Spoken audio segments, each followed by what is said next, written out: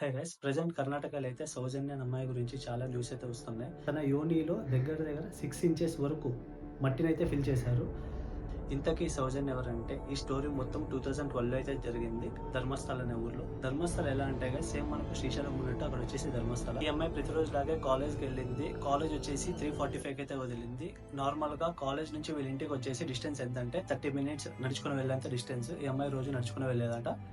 వీళ్ళ ఇంటికి వెళ్ళే దారిలో ప్రకృతి హాస్పిటల్ అని వస్తుంది. హాస్పిటల్ దగ్గర వాళ్ళ మామ కనిపిస్తే వాళ్ళ మామను కూడా మాట్లాడిచ్చిందట ఈ అమ్మాయి ఇంటికి వెళ్తున్నా అని చెప్పి.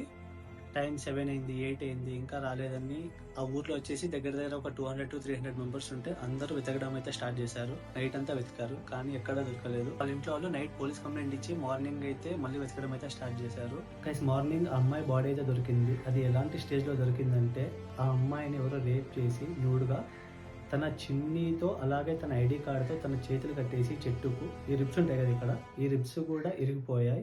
అలాగే ఇంకా దారుణం ఏంటంటే తన యోనిలో దగ్గర దగ్గర 6 ఇంచెస్ వరకు మట్టినైతే ఫిల్ చేశారు.